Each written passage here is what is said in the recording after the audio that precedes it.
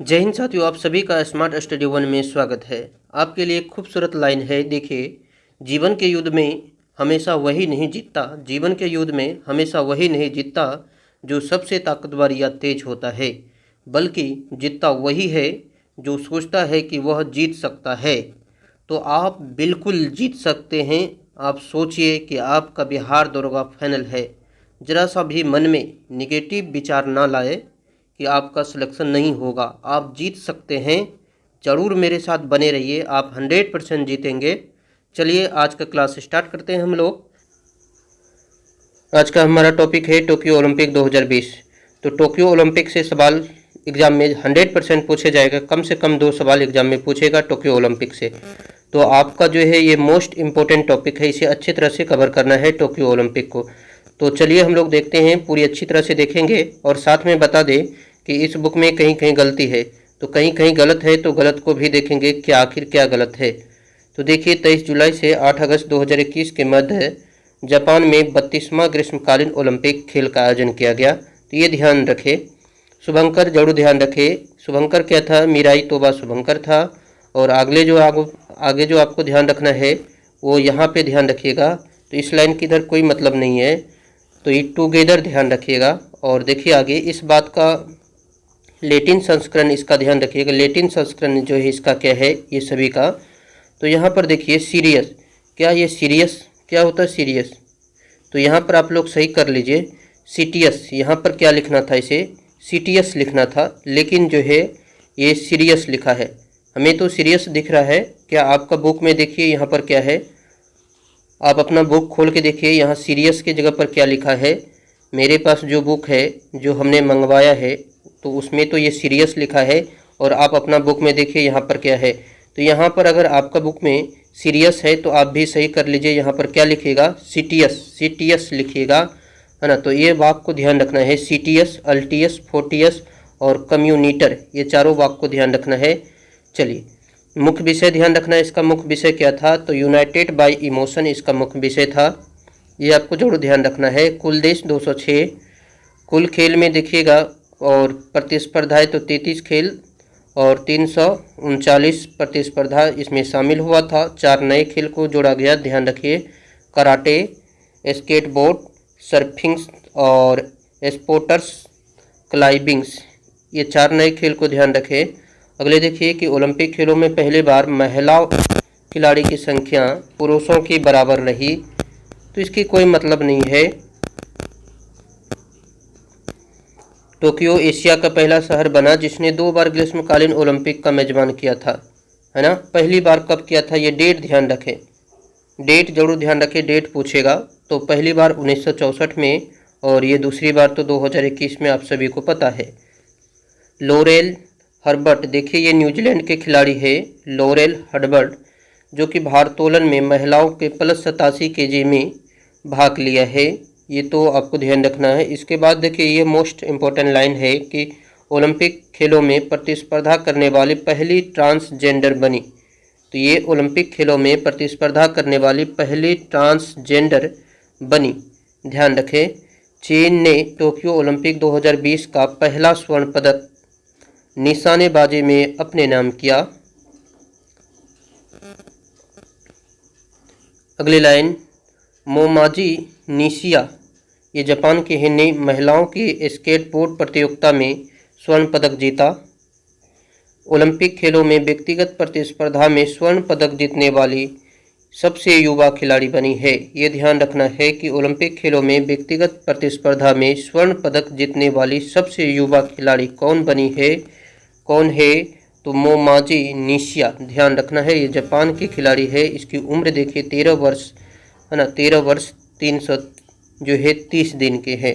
अब इसे कर सकते हैं, है ना, लगभग 14 साल। आगे आपको ध्यान रखना है, बरमूडा एवं फिलीपींस ने ओलंपिक खेलों में अपना पहला पदक जीता है। तो बरमूडा और फिलीपींस ने ओलंपिक खेलों में अपना पहला जो है पदक जीता है। अगली लाइन देखिए, भारत ने टोक्यो ओलंपिक 2020 में 1 स्वर्ण, 2 रजत, 4 कांस्य पदक, कुल जो है 7 पदक जीते हैं, जो भारत का अब तक का सबसे सर्वश्रेष्ठ प्रदर्शन है। भारत ने पदक तालिका में 48 स्थान प्राप्त किया है, मतलब 48वें स्थान प्राप्त किया है। टोक्यो ओलंपिक 2020 में भारत। टोक्यो ओलंपिक 2020 में भारत की स्थिति क्या था, इसके बारे में जानते हैं। टोक्यो ओलंपिक 2020 में भारत ने अब तक का सबसे बड़ा एथलीटों का दल भेजा था। 127 खिलाड़ी, 71 पुरुष 56 महिला थी। इसमें भारतीय खिलाड़ियों ने 18 खेलों की 69 स्पर्धाओं में भाग लिया। इसकी कोई मतलब नहीं, देखिए ये सब लाइन की कोई मतलब नहीं, ये एग्जाम में कभी नहीं पूछा जाएगा। उद्घाटन समारोह में मार्च पास्ट में भारतीय दल का क्रम 21वां था। हाँ, इसे ध्यान रख ले। उद्घाटन समारोह में ध्वज वाहक, ये मोस्ट इम्पोर्टेंट है, आपको कुछ नहीं इसे जरूर ध्यान रखना है कि ध्वज वाहक कौन था।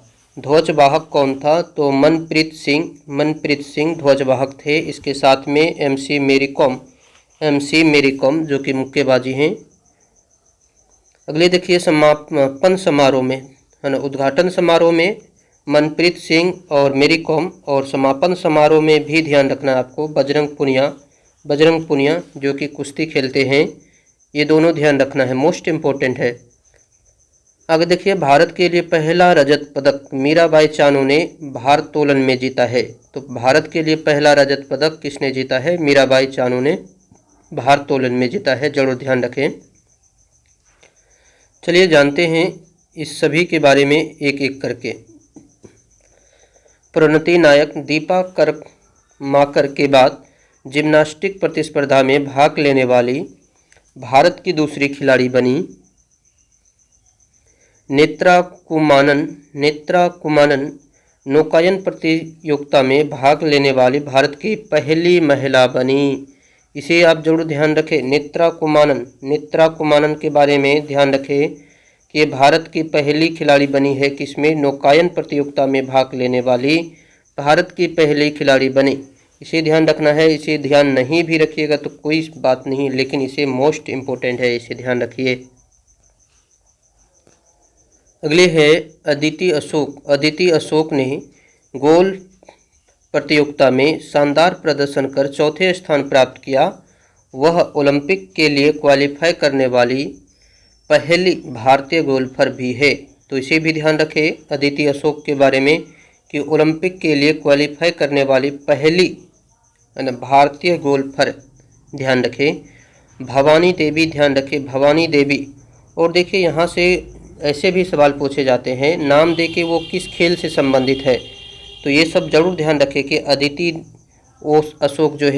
अशोक किस खेल से संबंधित है, भवानी देवी किस खेल से संबंधित है, ऐसे ध्यान रखें क्योंकि ऐसे सवाल बनता है। तो भवानी देवी, देखिए भवानी देवी तलवारबाजी में भाग लेने वाली भारत की पहली खिलाड़ी बनी। तो भवानी देवी तलवारबाजी में भाग लेने वाली भारत की पहली खिलाड़ी बनी, इसे ध्यान रखना है। अगले दीपक काबरा, तो ये टोक्यो ओलंपिक 2020 में जिम्नास्टिक में जज की भूमिका निभाने वाले पहले भारतीय बने, जरूर ध्यान रखें। पवन सिंह टोक्यो ओलंपिक 2020 में निशानेबाजी में ज्यूरी सदस्य बनने वाले पहले भारतीय बने। जो भी पहले हैं तो वो मोस्ट इम्पोर्टेंट है, पहले वाले को ध्यान रखना है हमें। और आगे देखिए नीरज चोपड़ा आप सभी को पता होगा 87.58 मीटर में के थ्रो के साथ स्वर्ण पदक जीतने वाले देश के पहले ट्रैक और फील्ड एथलीट बने हैं, जरूर ध्यान रखें।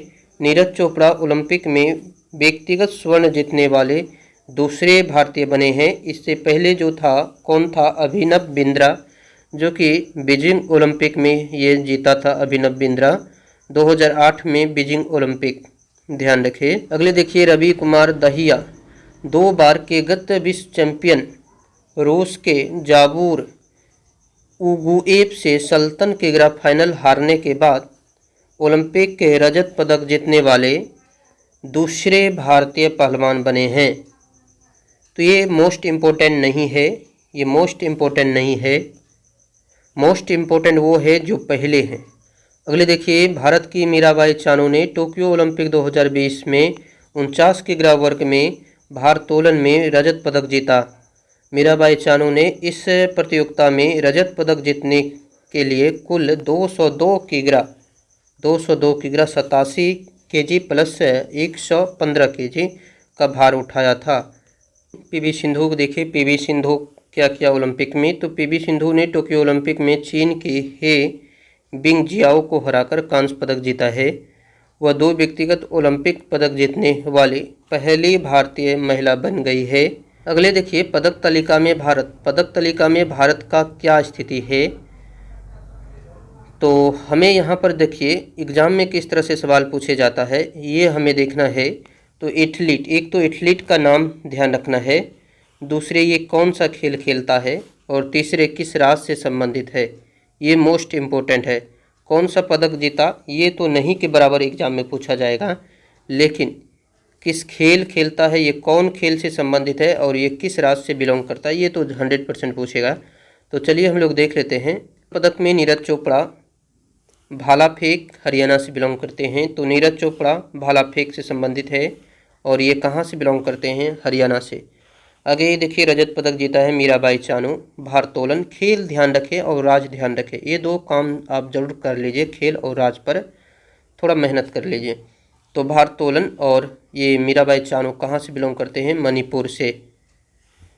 रवि कुमार दहिया ये कौन से खेल खेलते हैं, कुश्ती, और ये कहाँ से बिलोंग करते हैं, हरियाणा से। तो पदक जीता था रजत पदक। इसके बाद देखिए कांस्य पदक में लवलीना जो है किस खेल से संबंधित है, तो मुक्केबाजी, और ये कहाँ से बिलोंग करती है, तो असम से बिलोंग करती है, असम, ध्यान रखें लवलीना।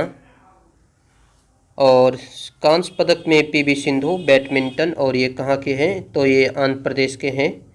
और कांस्य पदक में बजरंग पुनिया भी थे, कुश्ती खेलते हैं, और ये हरियाणा से हैं।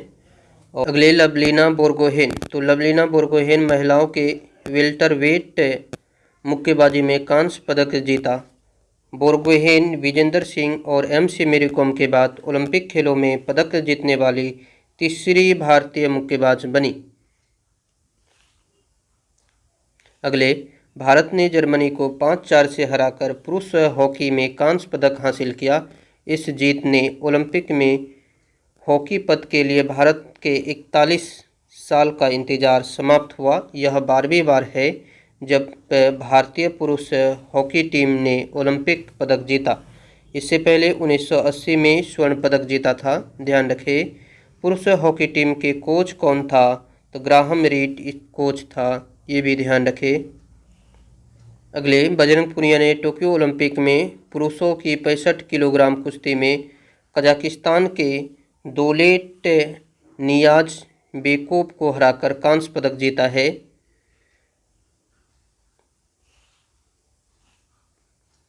अगले महिला हॉकी टीम ने पहली बार ओलंपिक खेलों में सेमीफाइनल के लिए क्वालिफाई। ब्रिटेन से 3-4 से हारने के बाद टीम कांस्य पदक से चूक गया। तो महिला हॉकी टीम ने पहली बार ओलंपिक खेलों में सेमीफाइनल के लिए क्वालिफाई। ब्रिटेन से 3-4 से हारने के बाद कांस्य पदक से ये चूक गए हैं। तो ऐसे लाइन की कोई मतलब नहीं है, तो ये सब फालतू की लाइन है, ये सब न पढ़े। महिला हॉकी टीम के कोच ध्यान रखें, कोच कौन थे कोच, तो शॉर्ट मारिन कोच थे। और कोच इसके बाद कप्तान मोस्ट इम्पोर्टेंट है। महिला हॉकी टीम के कप्तान जो था रानी रामपाल के बारे में आप लोग सुने होंगे, ये ध्यान रखना है। अगली है पदक तालिका ओलंपिक 2020 में। तो इसमें देखिए सबसे टॉप कौन पे है ना, हमें सबसे टॉप ध्यान रखना है और कुछ नहीं, और अपना भारत की स्थिति ध्यान रखना है।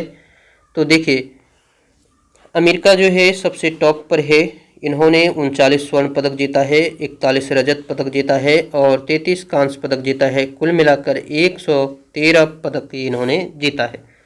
और दूसरे स्थान पर जो है चीन है, तो चीन ने 38 स्वर्ण पदक और 32 रजत और 18 कांस्य पदक जीता है। और इसकी जो टोटल पदक में स्थिति है और 88 पदक अपने नाम कर लिया है चीन।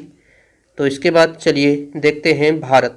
तो भारत के बारे में सभी को पता है ना। तो 1, 2, 4 और ये कुल पदक जो है 7 पदक भारत जीता है और ये सबसे अच्छा परफॉर्मेंस रहा है।